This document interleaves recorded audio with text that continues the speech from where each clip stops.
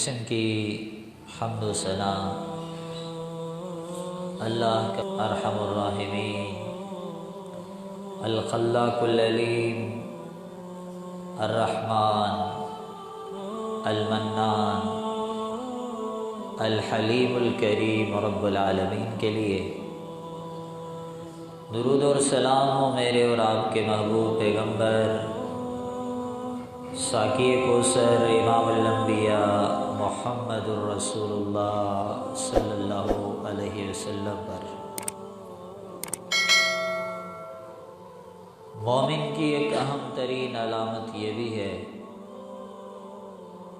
کہ وہ ہمیشہ اپنے گناہوں پر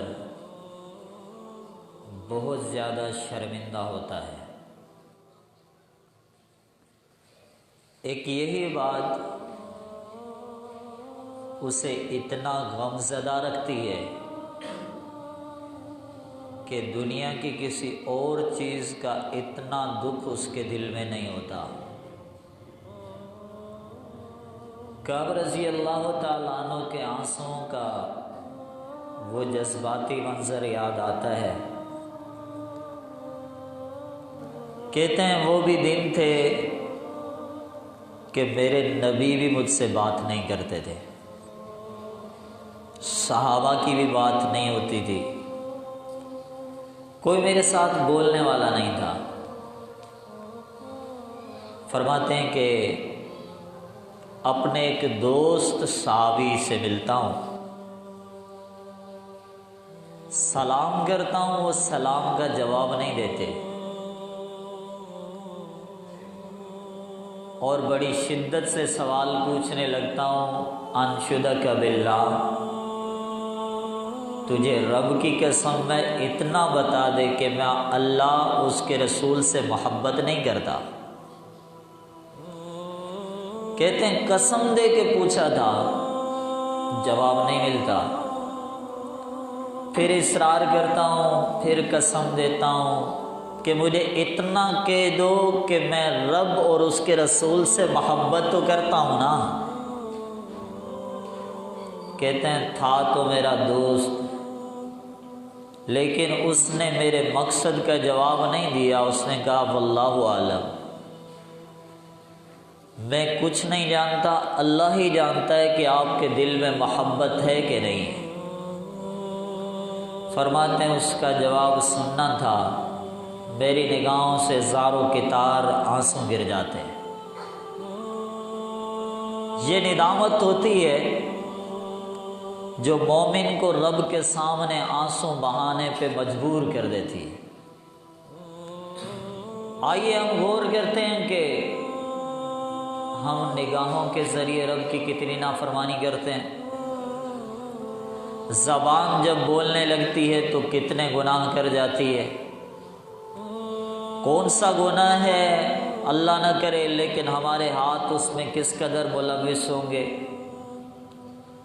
آج تلک اس زندگی میں نہ جانے ہمارے قدم کتنے گناہوں کی طرف دوڑے اور بھاگے ہوں گے۔ ایک وجود کا ہر عضو کس قدر مجرم اور گناہگار نظر آتا ہے۔ پھر تھوڑی دیر کے لیے سوچیں کہ جھوٹ ہماری زندگی میں کتنا ہے۔ کرپشن کی بات کریں تو کوئی انتہا نظر نہیں آتی، ظلم کی بات کریں تو کتنے مظلوم میری اور آپ کی نگاہوں کے سامنے نظر آتے ہیں۔ اتنے بڑے گناہ، کہیں والدین مظلوم نظر آتے ہیں تو کہیں معصوم بچوں کا قتل ہوتے ہوئے نظر آتا ہے۔ میرے بھائیو، جب یہ زمین گناہوں سے بھر جائے تو یاد رکھیں پھر اللہ ناراض ہو جاتا ہے۔ جب علاقہ، محلہ، ملک کے بسنے والے گنہگار ہو جائیں تو پھر اللہ ناراض ہو جاتا ہے۔ میرے بھائیو، عذاب کے لیے لازم نہیں ہے کہ ہمارا رب ہمارے اوپر پتھر برسا دے۔ اللہ کے عذاب کے لیے ضروری نہیں ہے کہ ہم زندہ زمین میں دفن کر دیے جائیں۔ رب کے عذاب کے لیے ضروری نہیں ہے کہ پھر سے دوبارہ طوفان نوح علیہ السلام آ جائے۔ اللہ کے عذاب کے لیے ضروری نہیں ہے کہ قوم سمود کی طرح دوبارہ زمین پہ شدت والا زلزلہ آ جائے۔ اللہ کے عذاب کے لیے تو اتنا ہی کافی ہے کہ وہ مہربان ہو کر بھی ہم سے ناراض ہو جائے، وہ رحمان ہو کر بھی ہم سے ناراض ہو جائے، وہ الرحیم ہو کر بھی ہم سے ناراض ہو جائے۔ ہم نے کتنا سوچا کہ ہمارا خالق و مالک ہم سے ناراض تو نہیں ہے۔ میرے بھائیو، ہمیں لوٹنا پڑے گا، ہمیں گناہوں کو چھوڑنا پڑے گا، گناہوں کی زندگی کو الوداع کہنا پڑے گا۔ رب ذوالجلال کے سامنے ہمیں آنسو بہانے ہوں گے، پھر ان آفات سے نجات ملتی ہے۔ نہ جانے کتنے امراض جن سے میں اور آپ خوف کھایا کرتے ہیں، نہ جانے زندگی کے کتنے مسائل مجھے اور آپ کو دہشت زدہ کر دیتے ہیں۔ آئیں، علاج ایک ہی ملتا ہے کہ اپنے رب سے گناہوں کی معافی طلب کریں، استغفار کریں، خلوص دل کے ساتھ آنسو بہائیں۔ وہ مہربان رب بہت بڑا مہربان ہے۔ آئیں اس کی مہربانی کے چند مناظر ذکر کرتے ہیں، پھر سوچیں میں نے آپ نے پانا ہے اس کی رحمت کو، منانا ہے ہم نے اپنے رب کو، آنسو گرا کر راضی کرنا ہے ہم نے اپنے رب کو۔ علی مرتضیٰ رضی اللہ تعالیٰ عنہ کے پاس سواری لائی جاتی ہے، بیٹھے، کہا الحمدللہ، دعا پڑھتے ہیں سبحان الذی سخر لنا ھذا وما كنا له مقرنین وانا الی ربنا لمنقلبون۔ پھر 3 بار کہتے ہیں الحمدللہ، پھر 3 بار کہتے ہیں اللہ اکبر، پھر کہنے لگتے ہیں سبحانک انی ظلمت نفسی فاغفر لی فانہ لا یغفر الذنوب الا انت۔ اللہ تو پاک ہے، اللہ میں نے اپنی جان پر ظلم کیا ہے، اللہ تو میرے گناہوں کو معاف کر دے، اللہ تیرے علاوہ گناہوں کو کوئی معاف کرنے والا نہیں۔ اتنا کہا اور مسکرانے لگے۔ مسکرانے کے بعد کہتے ہیں مجھ سے پوچھو میں کس چیز پہ مسکرایا؟ کہنے والا کہتا ہے یا امیر المومنین، امیر المومنین آپ کیوں مسکرائے ہیں؟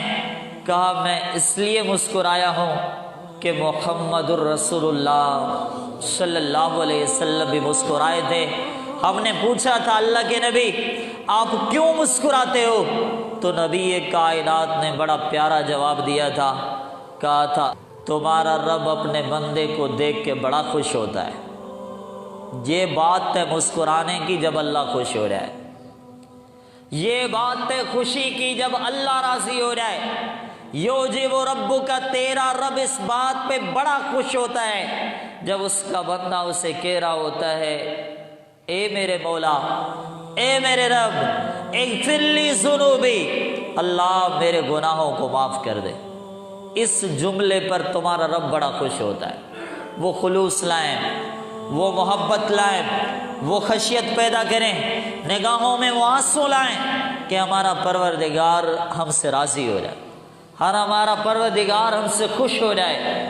یہ ہے خوشی کی بات، یہ ہے اطمینان کی بات، یہ ہے دل کی تسلی کی بات کہ ہمارا پروردگار ہم سے راضی ہو، اور 1-2 کیا ہماری زندگی کے وہ سب گناہوں کو معاف کر دیں۔ آئیں، بتایا ہے محمد الرسول اللہ صلی اللہ علیہ وسلم نے گناہ معاف کیسے ہوتے ہیں۔